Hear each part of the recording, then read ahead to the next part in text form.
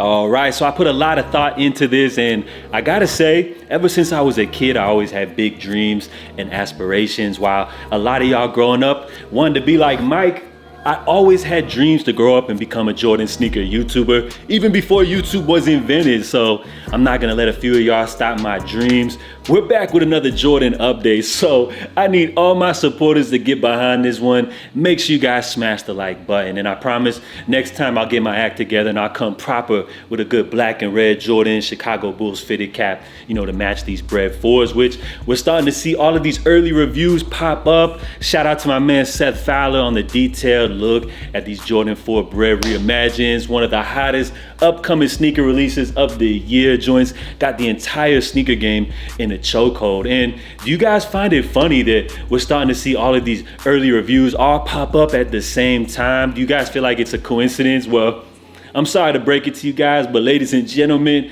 it is no coincidence. We're starting to see all these early reviews pop up because the back door is wide open, and I mean wide, spread open, and being ran through right now as we speak, kind of like your ex-girlfriend. But don't let all these early prices, all this backdoor activity discourage you. This has all been common practice, and it's been going on in the sneaker industry for decades. I'm not saying it's right, but don't let it get you down, because there will be a lot of pairs to go around. And the reason that they're taxing, trying to knock you over the head with these early fees, is due to the fact that there's not much room for resale nowadays once these officially release. So now that we got all these early reviews popping up, I think it's time to settle the debate. Right now in the comment section, are we rocking with the OGs or are you guys rocking with the Reimagined? And I think to settle this debate, we got to take it all the way back to when these joints originally released, all the way back in 1989. So let's just think that you guys never saw these before, you know, erase all the nostalgia, all the history, all the storytelling, erase everything that you thought about this sneaker. And let's just say for the first time you saw the original suede nubuck finish. I always call them suede, but you know, I don't want the Jordan purists to get mad at me. So that nubuck finish, and then let's just say you saw the leather finish for the very first time. And I gotta say, personally, I'm thinking the leather finish is better. Now, don't get mad at me, right? Don't hate on me or whatever. I'm just talking about if you saw him for the very first time. And I gotta say that I think me, as well as most people, would agree that this leather finish does actually look like an upgrade. So again, we can't take anything away from the OG. I mean, them joints are embedded in our brain. That's how Nike gets us, with the storytelling, the history, the nostalgia, all that. But I would say nowadays, most people look at this like new tumbled leather finish actually as an upgrade. But then again, I mean, you really can't go wrong with either. It's like tomato.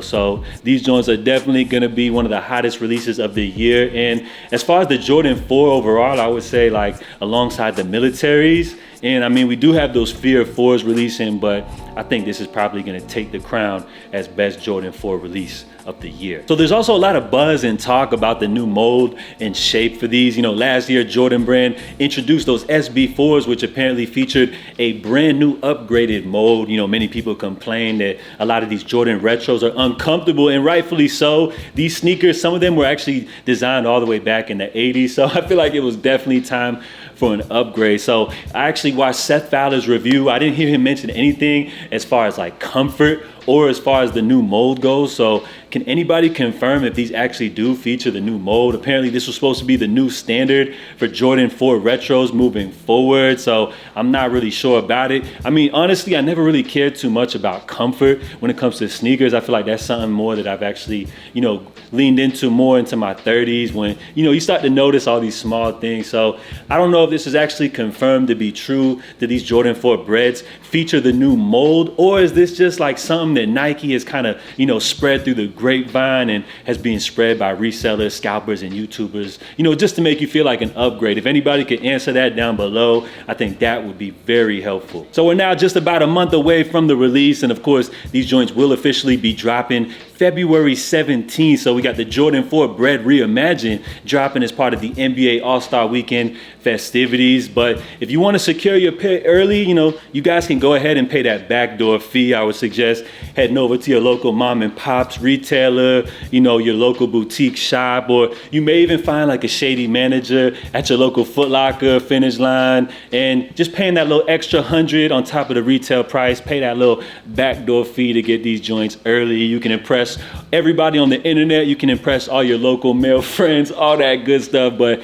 for everybody else, if you're patient, I think everybody that's watching, that's looking to grab these, will be able to secure a pair for retail. We're still a month away from the drop, and if you notice the trend, Nike has been doing a lot less business with their partners, and they've been doubling up on their direct to consumer business, and that means selling less pairs through retailers, less pairs through foot sites, foot shops and all that, and more pairs directly through the sneakers app. So you know what that means. If Nike were to drop all of these pairs at one time, they would probably sit on the app, but they do this little shock drop, exclusive access strategy. So they like to do a little slow drip feed, drop these joints a couple of times before the official release, because we know if they just dropped them all at one time, they probably wouldn't sell. So it's kind of like a supply and demand game. They want you to feel that these are a lot more difficult to cop than they actually are, but it's not taking anything away from this sneaker. I feel like this is a great clean shoe. It's a classic and a sneaker that you could really rock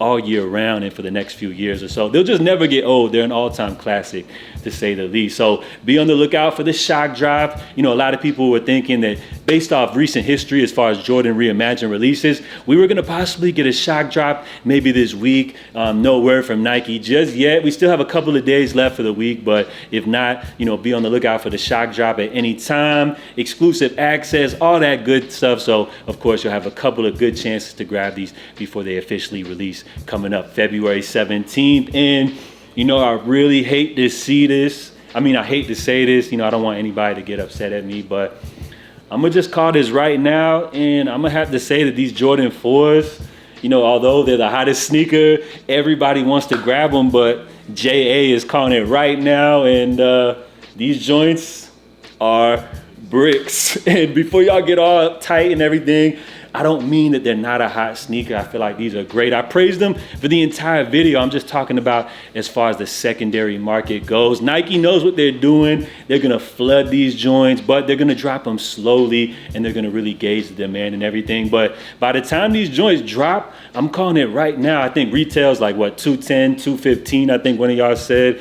So I'm gonna say that these joints, once they actually officially release and everybody gets their pairs in, I'm gonna say that these joints are gonna be like hovering probably just right above retail. But this sneaker is so good, although there's gonna be so many pairs of these, I think over time, because they're a great shoe and they're a classic, I think they're just gonna continue to rise up. But as I said, I'm calling these joints bricks as far as like resale value once they actually release. But that's just my prediction. We'll see how it goes once these joints officially drop. So comment down below, let me know your predictions as far as the resale value. Let me know what you guys think about these. Are you rocking with the OG, or do you look at the leather as an upgrade? And just comment down below, if you're rocking with this sneaker and you're going for them. So we're gonna wrap things up right here. Smash the like button, help my dreams come true, so I could really become an official Jordan sneaker YouTuber. By the way, I'm just playing if you guys, can't catch the sarcasm there, but help me out. Subscribe to the channel, smash the like. I'm JA. Make sure y'all stay safe, stay blessed,